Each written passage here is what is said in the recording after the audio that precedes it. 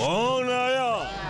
पत्र आया भाई, पत्र पत्रीर विज्ञापन देख के आया।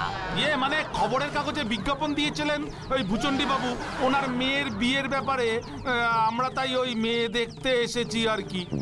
देवी जी, ये भुजन सिंह का आदमी नहीं आछे। आइए आइए अंदर आइए। বলেছিলাম না পাক্কা পোর খাওয়া জমিদার। যাই তাহলে, আন্দর আয় আয় আয় আয়, চল চল চল চল চল চল। আন্দর রাউনের আগেই তো বান্দর নাচন শুরু হয়ে গেছে। নসুদা গো, জমিদার বাড়ির অবস্থা তো আমাগো ক্লাবের থেকেও খারাপ। ওরে পোর খাওয়া জমিদার রে, পোর খাওয়া জমিদার, মানে যুগ যুগের, মানে একেবারে আদি খাঁটি জমিদার রে। ঐতিহাসিক জমিদার বোধহয়। এই কোথায় কোথায় দেখি পায় কেমন জোর। ये सब लोग आया। ও তোমরাই বুঝি আমার ঝুলনকে দেখতে এসেছো? এই আগে আগে আমরাই। পাত্র কোন হ্যায়? আগে আগে আমি। কি তুমি দাঁড়িয়ে কেন? আরে বসো বসো বাবা জীবন। এই তো বসছি, বসি। বাচ্চা দলের কোন টিমের হয়ে খেলা হয়? মানে সব টিমের হয়ে খেলি, মানে দুই টিমের হয়েই। মানে এ কি বলছে রে কালুয়া? বন্দুকটা দে তো, হতচ্ছাড়াটাকে এক্ষুনি খতম করে দি। বেটা ফুটবল জগতের কলঙ্ক, বেটা সব টিমের হয়ে খেলে, মানে গড়া পেটা করে, বেটা ধরিবাজ প্লেয়ার। মানে না, মানে মানে রেফারি, মানে আমি রেফারি খেলি, মানে আমি রেফারিং করি। ওই আগে খেলতাম, অনেক আগে। তারপর বাবা বলল, অনেক খেলেছিস নাসু, এবার তোকে খেলাতে হবে, মানে রেফারি হতে হবে। তোর 7 পুরুষের রেফারি। বাবার আদেশ অমান্য করতে পারলাম না, তারপরে রেফারি হয়ে গেলাম। ফুটবল আমার জীবন মরণ স্যার, মানে আমরণ ফুটবল প্লেয়ার আমি স্যার। বাবা বাবা বাবা বাবা, বেশ বেশ বেশ বেশ বেশ। পাত্র আমার পছন্দ হয়েছে, হ্যাঁ বেশ পছন্দ হয়েছে। বিয়াটা কার লগে হইব? পাত্রী কই? কালুয়া, কালুয়া, ঝুলনকে বলাও। जी हुजूर। আগে আগে ভূচন্ডী বাবু, আপনারা বুঝি জমিদার? ছিলাম।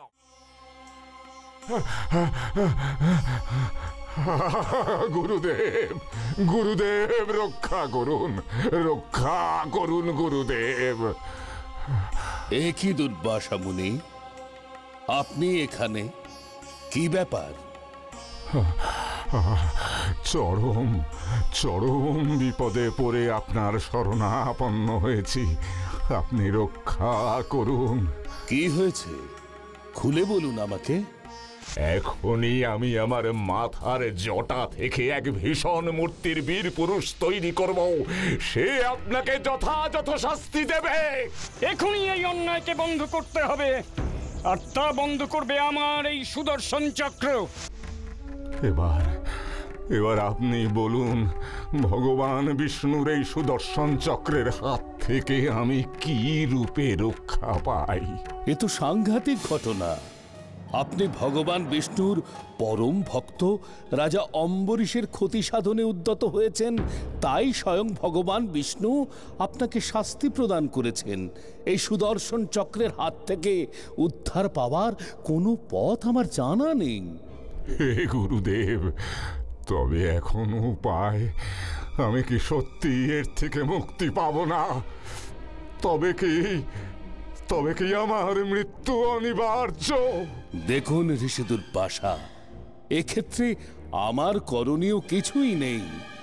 আপনি যদি ভগবান বিষ্ণুর প্রদত্ত সুদর্শন চক্রের হাত থেকে মুক্তি লাভ করতে চান, তবে আপনাকে দেবাদিদেব মহাদেবের দ্বারস্থ হতে হবে। দেবাদিদেব মহাদেব, তার মানে সেই সুদূর কৈলাস। হ্যাঁ, সুদূর কৈলাস। আমি আমি আমি এখনই কৈলাসের দিকে যাত্রা করছি। আমি এখনই যাত্রা করছি। হে দেবাদিদেব মহাদেব, রক্ষা করুন। হে দেবাদিদেব মহাদেব, আমাকে রক্ষা করুন, রক্ষা করুন আমাকে। এ কি? এ আমি কাকে দেখছি? ঋষি দুর্বাসা এসেছেন আমার কাছে। কি ব্যাপার?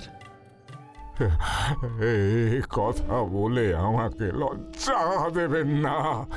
চরম বিপদে পড়ে আমি আপনার শরণাগত হয়েছি।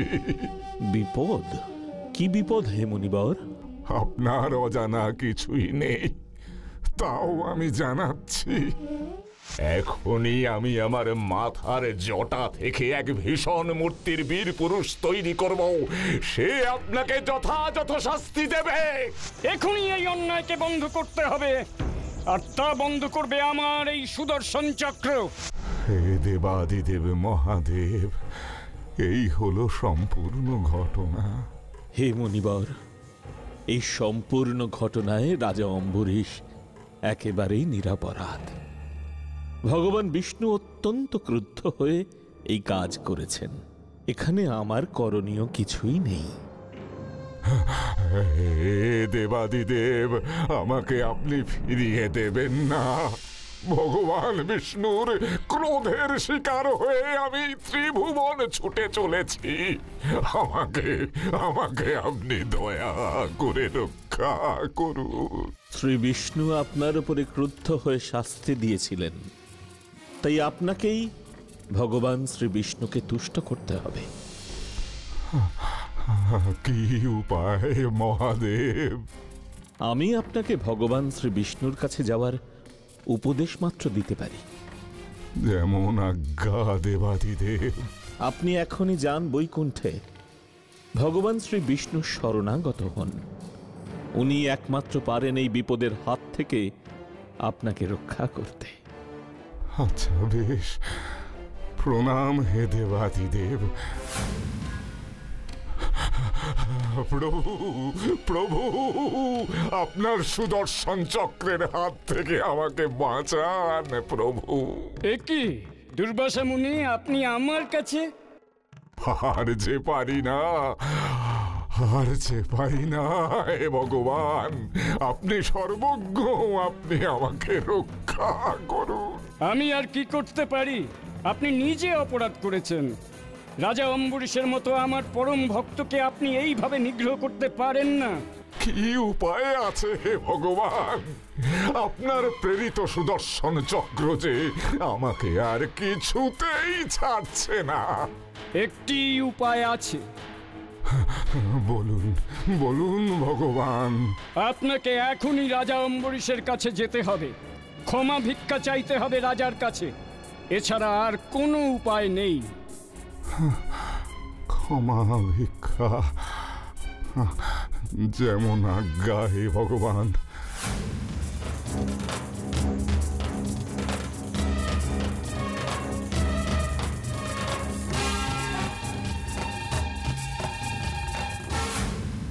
আপনি রাজা অম্বরীশ, আপনার মতো বিষ্ণু ভক্তের সন্ধান মেলা ভার। এই সমস্ত ঘটনায় আমি আপনার কাছে ক্ষমা প্রার্থনা করছি। এমন ভুল আমি আর কখনো করব না। আপনার কাছ থেকে ক্ষমা না পেলে এই সুদর্শন চক্রের প্রকোপ থেকে আমি মুক্ত হতে পারবো না। ছি ছি, এ আপনি কি বলছেন মুনিবর?